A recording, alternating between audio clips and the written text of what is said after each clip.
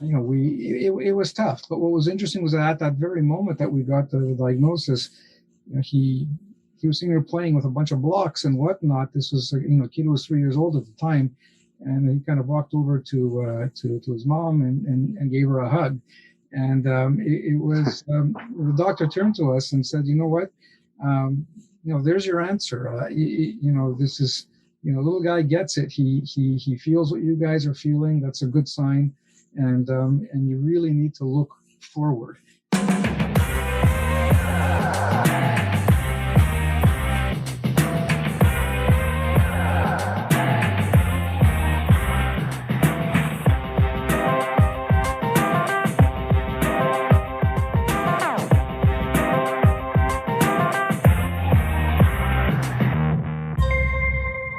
And welcome to another episode of Just Us Dads. Thank you all so much for tuning in to another Dadversation. We do appreciate it. And if this is the first time, head on over to our YouTube channel and subscribe and follow us on all the social media platforms as well as all the audio platforms. George is working late again this week, but we do have a very special guest. We're going to get to him right away. So excited because we've been waiting to do this episode for a very long time. Nick Katalifos, thanks for coming on, buddy. How are you? I'm very well. Thank you for having me on. We've been waiting for a very long time, and I remember sending out a text message to you probably at some point last year about coming on the show, and you said, "Of course, I'll do it." And then all these things happen, and we got carried away with a bunch of other programming, and we're like, at some point, we got to do this episode, and it's an important episode. And you I think are the most important person, at least that we know, that deals with these issues, because we're going to talk a little bit about dealing with autism, and you have a direct relationship with all that atmosphere and all that environment. It's important, I think, to have that discussion and to talk about it. Before we get there, though, there were some news that came out last week about your appointments as director of the English Montreal School Board. Congratulations. Thank you very much. It's very, very well deserved. Thank you. It's that's meant a lot to me. I've had the privilege of working with the English Montreal School Board for 30 years. It's hard to imagine that 30 years have gone by, but they have. And I've worked there in many capacities, as a teacher, as a consultant, vice principal, now in three sectors: what we call the elementary or primary sector, high school, secondary, and now adult ed. So. It's been quite the experience, and I was honored and privileged, to be named last week by the Council of Commissioners. So I look forward to the challenge, and it's a big challenge, but I'm looking forward to it. You do have a huge challenge, and we don't want to get into the politics, but we're moving closer, especially with the government that we have now, with the language bills being revisited, and English education institutions being affected in general by everything happening. And it's not new. I think that there's been a challenge with the English Montreal School Board and the English school system in general in terms of enrollment and those types of challenges. How do you see that coming up there in the next couple of years? Well, look, again, I don't, like all of us, I don't pretend to have a crystal ball, but there's no doubt that there's been a lot of pressure on the Anglophone school system over the last not just recent history, but more longer term. There's been a lot of pressure. There's pressure in terms of enrollment. There's pressure in terms of making sure we have enough resources. There's pressure in terms of getting the best possible service out to our students, out to our kids. What I'm proud of is the fact that the MSB does have the highest success rate in the province. We've done exceptionally well, even under really difficult circumstances. The reality is that this year in particular, we all know we're all living through the COVID crisis, and everything that has brought to our society. And yet, as a school system, I can proudly say that we've managed to keep the pedagogy going, even though we've had to kind of flip the model of our instruction upside down overnight, in terms of how we teach and how we deal with the kids. So I'm proud of that as an educator. I'm proud of the work that my colleagues have done. It's still not over. Obviously, this has been a really tough year. We've got a couple of months, left to go, and we're all hoping that with the variants, we're going to have a good end to the year. We're all nervous about that, but we're also doing everything that we possibly can to make sure that everybody is in a safe environment while they're learning. And to that end, I just want to honestly congratulate all the teachers, support staff, professionals, the in-school administrators, the people working in different boards as well for what they've done. It's a lot of work. As I said this morning in another interview, I don't pretend to say that everything is perfect. We're always working towards bettering things. But the reality is a lot of hard work has gone into things, especially this year with what's going on. Yeah, it's funny that you're mentioning it, because on a previous episode we were talking, I think it was at the very beginning of this pandemic, and we're just talking just as dads, right? Mm-hmm. And we're like, guys, what do you take away the most, during this pandemic? And I think one thing that came up in all three of us, with George and Chris, is how much more we respect teachers. And it's funny because people just suddenly realized the important role that they have, right? And now, the kids are home, and almost every parent on the face of this earth is probably wondering, geez, how do they deal with these kids every single day? It's not easy, George. And I'll say this, for most of us who pick this, path, it's it's not just about having a job or even a profession. It's really a calling, right? I mean, most people who go into this are genuinely going into it for the right reasons and good faith, because they really want to make a difference in kids' lives. And they go in there with their eyes open and try to do the best possible job. And that's tough enough under normal circumstances, with all the different learning styles and issues that kids come to us with. But this year has just been something exceptional, and that's why I'm always trying to recognize teachers who are out there on the front lines doing a superb job under, again, very, very difficult circumstances. Yeah, definitely. We very rarely acknowledge them, and I think that the last year has shown us how we should be doing that more often. Let's get to our topic. We want to talk about autism. Mm-hmm. You have had a close relationship with this whole environment. I think your son has been identified in the autism spectrum, and I think he just turned 19. I saw on he just turned 19 yesterday, which is rather bizarre from a dad perspective. I can't believe 19 years have gone by. I mean, my wife and I also have a 23-year-old daughter. So that's anyway. I just how the years fly. That's for sure. The good thing for you, Nick, is that you still look 18. So you're I don't know about that, but it's look. The truth is that even with all the challenges, it's been the most incredible, wonderful experience, and I wouldn't trade it for anything. It's like all parents, it's my number one priority. It's what matters most in life, and we all want to do the best by our kids. We all want to give them the most in terms of opportunity and independence. And the truth is, when you have a kid with a disability, that becomes even more important in so many ways.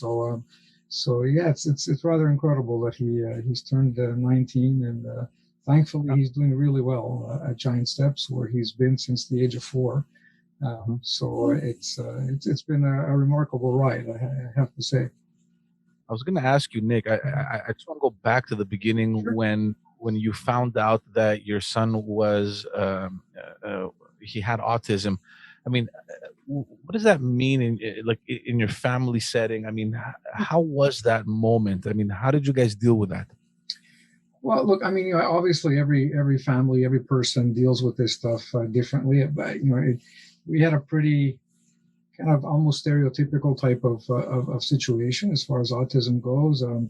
Manoli was our second kid. Our daughter at that time was about 4. So we kind of had almost like a benchmark, to compare with. She was a lawyer by the time she was 4. I mean, she very, very outspoken, really, developed really fast, a lot of language, etc. When Manoli was born, everything was normal. It was a normal birth. He developed normally till about a year and a half. Then we began to notice some changes. Like a lot of situations when it comes to autism, you kind of stop babbling, making eye contact with us, and we were concerned, so we started this traditional kind of path in terms of trying to make sure everything was okay. So first you go to the pediatrician and talk to the pediatrician, and then the pediatrician suggests we'll get the hearing checked. We got his hearing checked. The hearing was normal. And it was there really that we heard the word autism associated to him for the first time. The tech, the hearing tech at the ear, nose, and throat clinic at the children's suggested to us that we go to get him assessed at the autism clinic. And I'll tell you openly, I mean, I am not particularly proud of my reaction. I was a bit harsh with the tech. It's a very emotional thing. To hear anything that might be off about your kid, especially at such a young age. And we took it seriously though, and we decided to go forward, to get an assessment, only to discover waiting lists at the time, 2 years, and for an assessment, and all sorts of blocks from that perspective.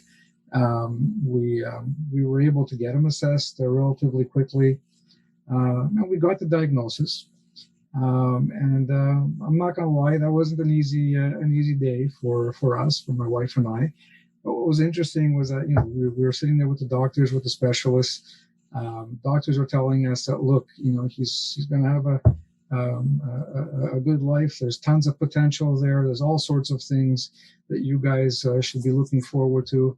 So basically, it was tough. But what was interesting was that at that very moment that we got the diagnosis, he was sitting there playing with a bunch of blocks and whatnot. This was a kid who was 3 years old at the time, and he kind of walked over to his mom and gave her a hug. And it was the doctor turned to us and said, "You know what? There's your answer. This is." Little guy gets it. He feels what you guys are feeling. That's a good sign, and you really need to look forward. So I immediately kind of sat down with my wife, with Mary. We talked about it, and we immediately started talking about a plan. What are we going to do? So that helped us a lot. It helped us from the perspective that we had something to look forward to. There was actually a plan that we put together with the doctors. What do you do in terms of getting therapies? Which therapies? Where do you go looking for them? Public system, private system? Trying to look at all the options, and we came up with the plan. And then after starting off with a whole bunch of different therapies and us ourselves getting trained as well, we knew about Giant Steps, and we.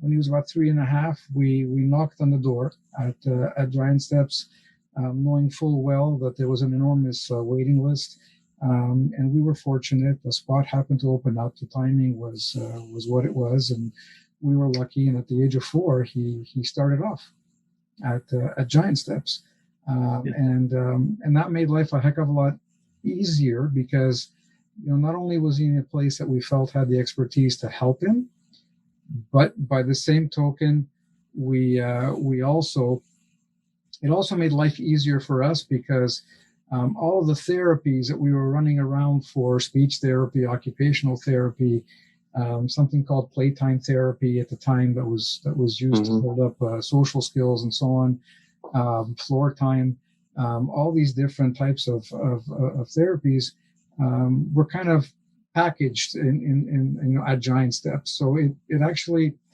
not only made us feel safe about where he was in terms of the expertise, but it also freed up a lot of time for us just to be a normal family and to do things with his sister as well.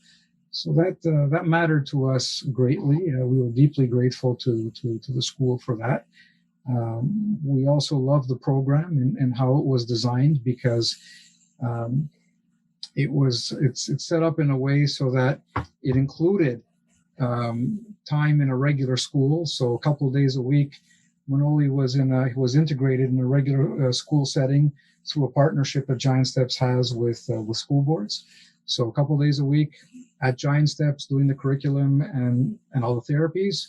Then a couple of days a week in a regular classroom setting in a regular public school with a worker from Giant Steps, the equivalent of a childcare worker, who was there with him all day long, integrating him in a regular classroom setting with neurotypical kids. So he got both, the best of both worlds. He got that experience from both, and it's really helped them to develop in an incredible way. He's I'm very proud of him. He's become an incredible young man, and even though there's still challenges in terms of communication and other issues, this is a kid that's playing classical music on the piano.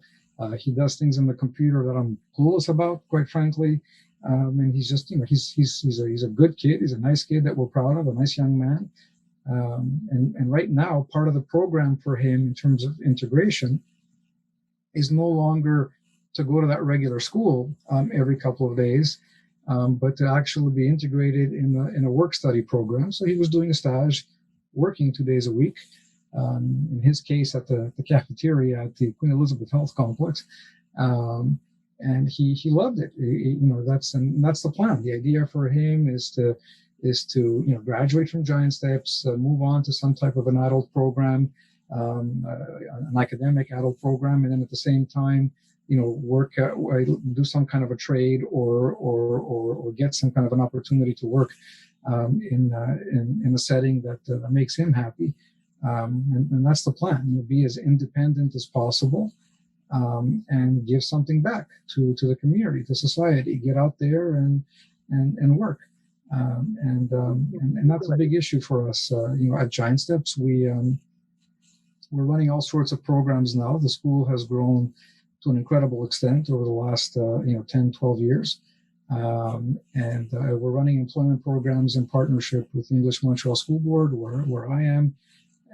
It's been like I said earlier, a remarkable ride. It's great, and I want to get back to that employment program, and I actually want to talk to you a little bit more about the integration thing, because we know that there's a huge debate happening about that. But before that, I just want to go back to what you said about identifying certain things at the age of 1.5, and it seems as though this is a common trait, and I just want to get your opinion, because we had a doctor recently, and there's a lot of talk out there that there's something that may or may not be related to the vaccines that children get at that specific point in their life. Obviously, as a doctor and being a scientist, there's no question about any link to any vaccine.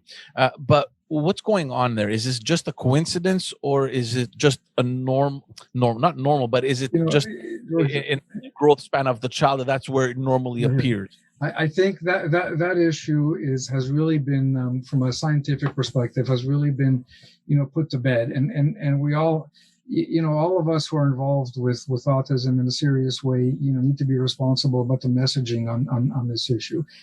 There was at one point, this concern that vaccines could trigger autism, and unfortunately, there were even a couple of situations, particularly one in the States with so-called medical expert researcher, whatever you want to call it, that was insistent that it caused it caused autism, that the vaccine caused autism, and indeed, one individual supposedly backed it up with research, with numbers that he had done, and it created quite a stir.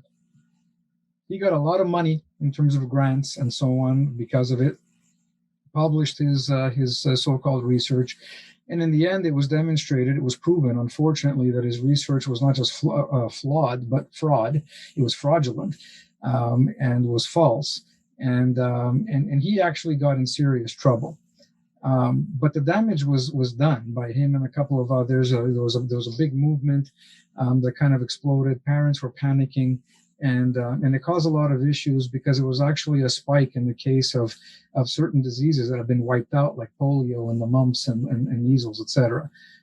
So that caused a lot of damage. And in response to that, there was a massive research effort on several fronts in a very serious way. And this research was published in very serious medical journals. with thousands and thousands of families participating. And the results were very clear that the vaccines do not cause autism. The reality is that we don't know what causes autism. Obviously, genetics plays a big role. The other issue is that kind of like the medical legalistic definition of autism has changed over the years. So the prevalence is quite high these days. We know that. 1 out of 64, 65 kids. That's a big number. That's not a small number. It represents a very sizable chunk of the population around the world and in Canada. And that's why, this has become such a big issue, and why it is so critical that we not only, support families with resources and with support, why we should support our medical system in terms of, beefing up our capacity to diagnose, because the numbers are so high, and we have to do away with these waiting lists, because the research clearly shows that it's beneficial to start with the therapies at a very early point. So you don't want to wait forever to get a diagnosis. The other issue is that most services in the public system begin at the age of, in theory, 3 or 4. That's not always the case. Sometimes, because of the delays, the services begin at 5, but then technically they're supposed to finish at the age of 6 before the kids go into the school system, and so on. So some time is lost. And for a lot of parents who can afford to get private therapies, great for them, but for other families, that's not feasible. So there's a lot of issues that we need to focus on. So for me personally, two of the major issues are research. We have to continue to support research. And to that end, I'm proud to say that in Montreal, there's an exceptional group of researchers at something called the Transforming Autism Care Consortium. It's a big research group that's based at the Montreal Neurological Institute, but it's made up of researchers and medical experts from around the province, from a variety of universities and hospitals. And it's funded by a number of foundations, notably the Israeli Foundation to a huge extent, the Coutu Foundation, the Brooks Family Foundation, and so on. It's got an endowment of about $30 million at this point, and they're working really hard to pool the research that's being done on autism around the province, and to share that information, that data, with researchers at large. So that's helping to speed up, the effort to find out not only what causes it, but what are the best ways to deal with it. The other big issue that I think is critical in terms of research and in terms of the community, supporting it, is the whole question of public policy, and how these individuals should be supported. There's a big feeling that after the age of 18, when one becomes a legal adult, that the services kind of disappear, and there's even these many groups in the autism community describe something that called falling off a cliff in terms of services. You turn 18 and everything kind of stops. There's very little in terms of services for adults. So there's a big effort to improve upon that, because adults with autism continue to need support in a wide variety of areas. And one of them, which we're very involved with at Giant Steps, is the question of employment. Our guys, we know, make exceptional employees. They're loyal. They want to work. They want to participate. They want to feel useful, needed. They want to be in the workplace. And yet, when one looks at autism alone, and it's similar in terms of other areas when it comes to disabilities, the reality is that we're looking at a group of people with an 84-85% unemployment rate. Right. It's ridiculous. And you've been doing a lot of work with that, right? And I want to talk a little bit about the employment programs that you have. Sure. How did that start? Who do you work with, and what does that entail? Like, how do you get the kids involved? And so I don't know how new it is, and what results are you guys seeing? what we did was we first of all, we believe in partnerships. Let me start with that.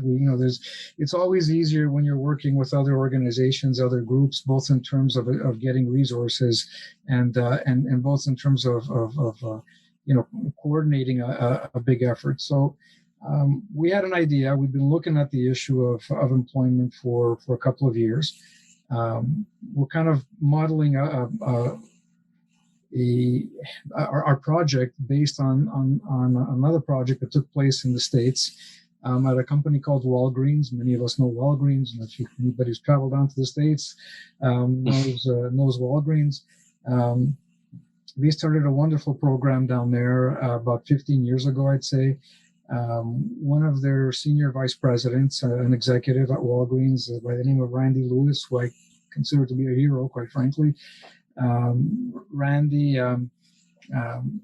has a son who's on the spectrum, and basically, his son was very capable, and he wanted to go to work. Obviously, Randy, as a father, wanted to see his son get a job. And to be blunt, Randy could have plunked him anywhere. He was a senior vice president in charge of their entire distribution network from coast to coast. It's one of the largest corporations in the U.S. But rather than simply do that, Randy, at the time, the Walgreens was looking at building a brand new state-of-the-art distribution center to go within its entire network. He was in charge of that project, and he approached the board of directors at Walgreens and kind of presented them with a project to use that new center as a pilot to hire people, not just who happen to be on the spectrum, but people with disabilities in general. And he brought the idea to them not from the perspective of charity. He brought it to them from the perspective of business, the bottom line, and demonstrated to them clearly with numbers why doing this from an HR perspective would be good for their bottom line, by showing them that these are exceptionally loyal employees. They're good at their jobs, especially certain types of jobs in a big distribution center. That the company will lose far fewer days to illness, sickness, personal leaves and things of that nature. And he basically quantified it. They went for it. Good for them. And they built that center. And 15 years later, he's retired. He retired a couple of years ago. But 15, 16 years later, they've hired thousands of people with disabilities across the country. I believe well over 1,000 people just on the spectrum, but it's a huge success. They've done exceptionally well, and they have a great deal to be proud of. They're corporate leaders on this front, and now Randy is in high demand. He's received permission from Walgreens, to work with other corporations to promote this idea, and he's in very, very high demand as a result, as a consultant to do that type of work, and also as a speaker. So we at Giant Steps brought him up to one of our conferences, I guess 7 years ago. He spoke to our group of parents, about 300 people, parents and professionals in the room. We brought him back a couple of years later. He actually spoke at a Board of Trade meeting in Laval, because at that point we were really trying to encourage businesses, local businesses. And then when we came up with this project, he helped us out. He helped us to put it together.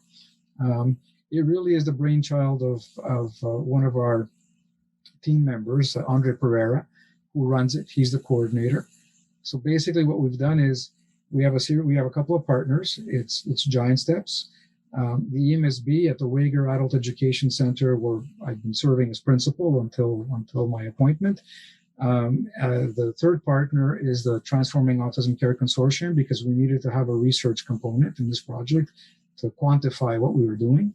And then finally is the corporate partner. The corporate partner in this case is Weston, and more specifically within the Weston group of companies, Loblaw, Maxi, Provigo, and Pharmaprix. Yeah. We got them to agree to the project. Thanks to president at the company, Mr. Richard Dufresne, who's been incredibly supportive. And to make a long story short, what we did was the following. We've developed a curriculum. We have a cohort of students that are based at Wager, Thanks to Maxi, we built a mini supermarket in the corner at Wager so the students can get training there. And then once they finish the pedagogical component at Wager, we ship them off to go do internships, both at the retail operations in terms of the supermarkets, Maxi, Provigo, etc., but also the distribution center, because they run a distribution center for Provigo and Laval and another one on the South Shore. So they're getting the best experience from both. And we're proud to say they're all getting offered jobs. How long has this been going on, Nick? This has been for the last year. We were supposed to have started the previous year, but the COVID crisis hit. And the cohort was supposed to be twice as big. But because of COVID, we had to shrink the numbers just to follow the Ministry of Education's rules about how big classrooms can be and so on. Right. But it's been an enormous success. The company's looking at expanding now and running it elsewhere. They've hired other people through other programs who are on the spectrum to work even in their accounting department and their IT department. So we're very proud of it because it serves as a template, as an example for other corporations. And that's part of our mandate. What we want to do is to push other companies to do the same thing. And to his credit, Richard Dufresne, the president, he got interviewed about this just a while back on CTV, National News, and on RDE and other outlets. And he openly stated that he hopes other companies follow suit. So it's a fantastic project, and part of the reason why it's worked so well is because everyone's worked together. We got a big grant from the federal government, to its credit. I shouldn't forget that. So that we can cover the cost of job coaches and the coordinator and so on. And the teacher, that's part of the EMSB's, Wager's component. The teacher comes from Wager, and the space obviously is for the program is at Wager. So it's win-win for everybody, but most specifically, most importantly, for the students themselves and for their self-esteem. And the opportunity that's being given to them to get full pay and full benefits for doing the job. That's amazing, Chris. I've been taking up all the questions, man. Of course, I have questions. I think we're gonna have to do another one, Nick, because I know we're a little bit pressed with time. I don't know if I wanted to get a little more personal. I don't know if it's all right. Sure. I believe that special kids belong to special parents, and I mean special in the sense of extraordinary. Okay. So you guys wear the capes a lot of the times, and I just wanted you to go through maybe the daily challenges or the little things that you had to put maybe a little bit of extra work, right? And at the same time, since your benchmark was another kid before, it's like how do you balance not to give one more attention than the other? First of all, because I want to stress something like any other human being, all these kids are individuals and different. We need to remember that there's no, all the stereotypes need to be tossed out the window because all these people are very different. They all have their own strengths and weaknesses, and their own likes and dislikes, like any other human being. And the right to all of that, like any other human being. And to that end, before I go into a little bit of the detail about what we experienced, one of the things that we feel very strongly about at Giant Steps, and I personally feel very strongly about, is the fact that it's great to have all these programs and all these efforts, schools and so on, but it's critical to give autistic people they have the right, the opportunity to voice their own concerns and to take charge of all of this stuff as well. They need and have the right to be involved with all of this. So even at Giant Steps on our board of directors, we make every effort to have people who are on the spectrum.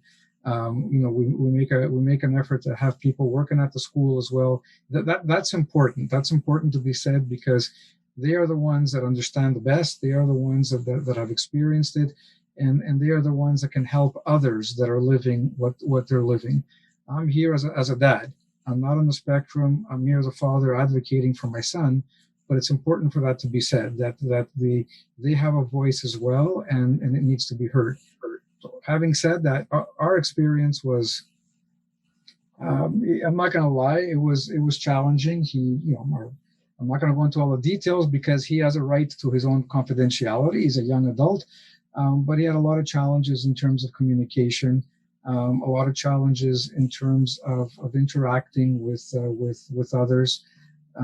It was very tough at the beginning in terms of him expressing himself, and because he couldn't, there would be a lot of very severe temper tantrums and things of that nature.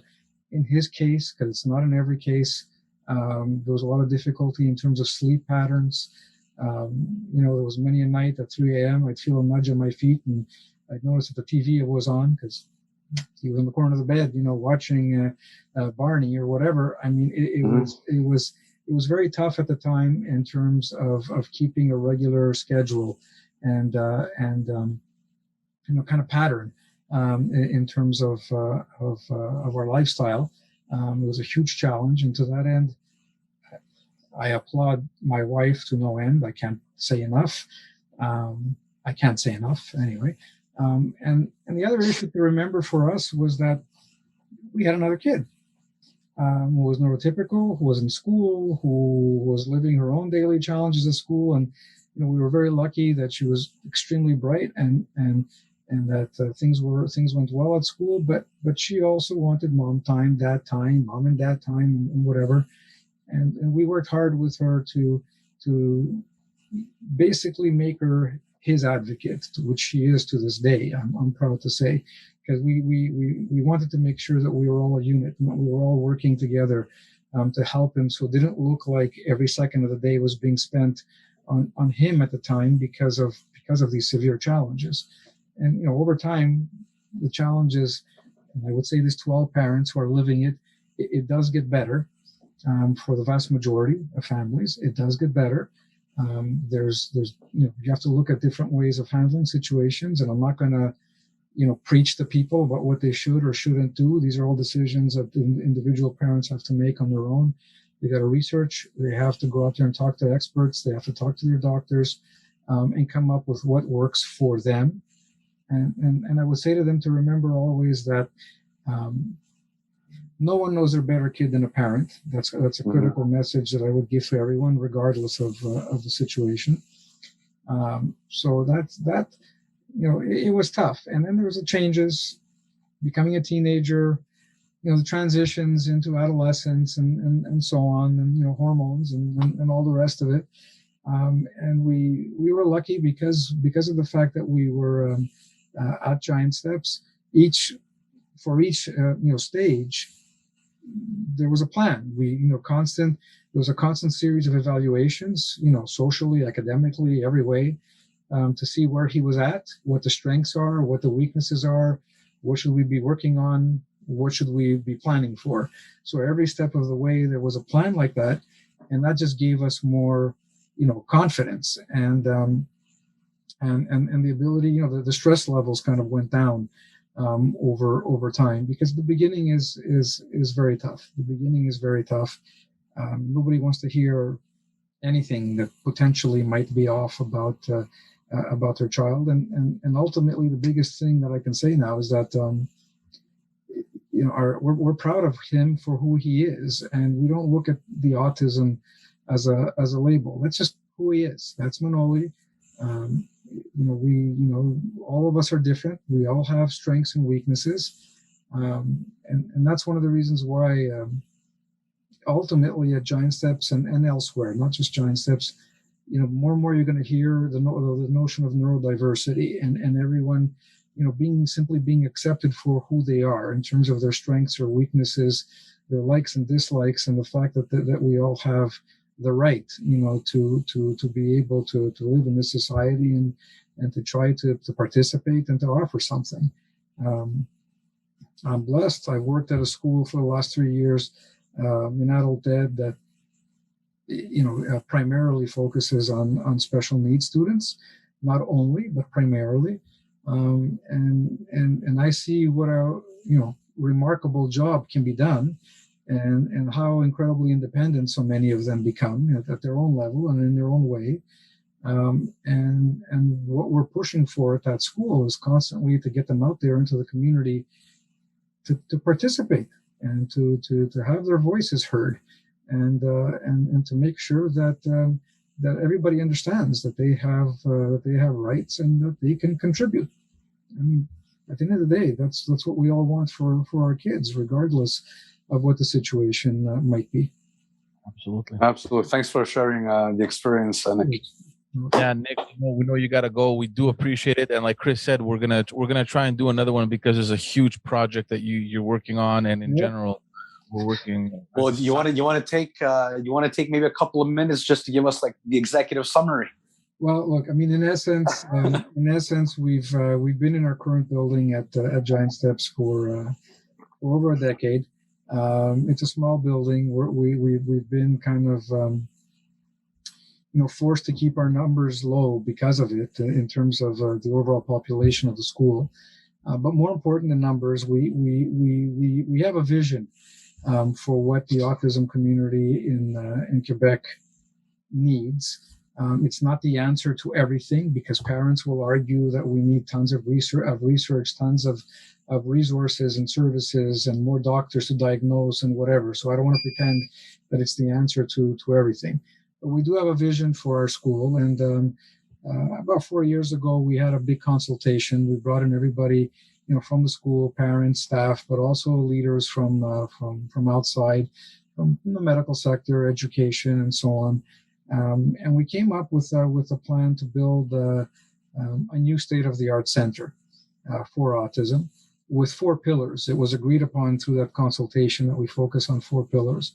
So the first one is education. It's the actual school itself, although we intend to enlarge it a little bit. The second pillar is adult ed services, both in terms of pedagogy but also employment.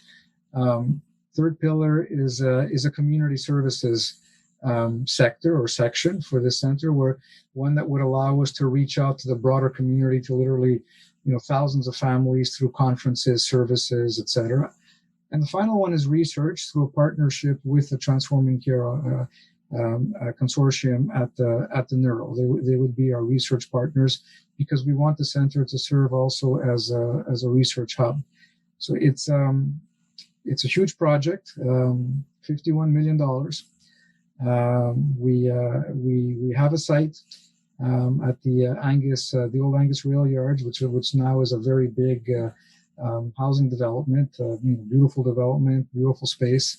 And I have to say a huge thank you to the people at the Angus development, because they really worked very closely with us, especially the president there, Christian Iaccarini. So we have a site, we have the designs, the architectural designs, engineering designs, all that's been done. And we've raised about $15 million plus, in theory, the cost of our own current building, which I can probably say is totally paid off. We have no debts. So we know we're at about $20 million in total.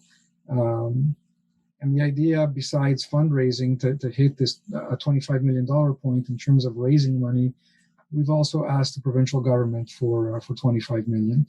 And we're hopeful. We're waiting for an answer.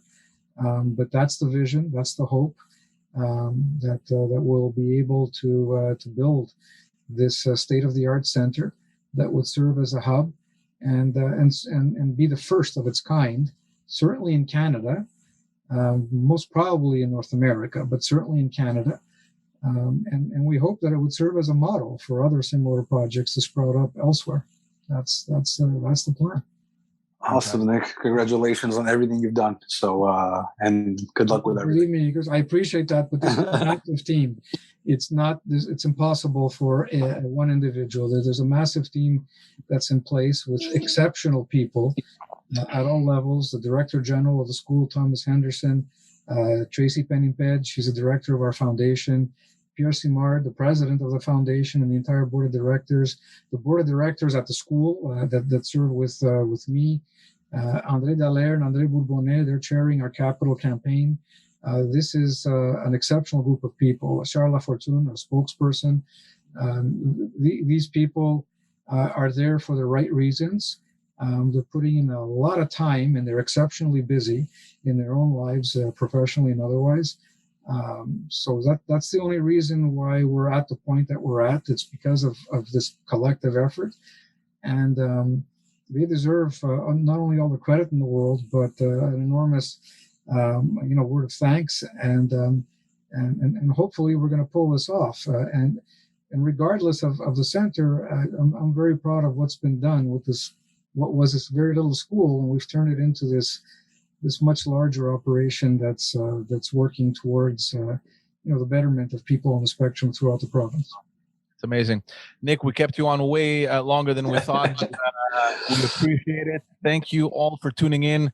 We'll catch you all on the next episode. Nick, thanks again, buddy. Thank you very much, guys. Thank you. Thank you. Take care. Bye-bye.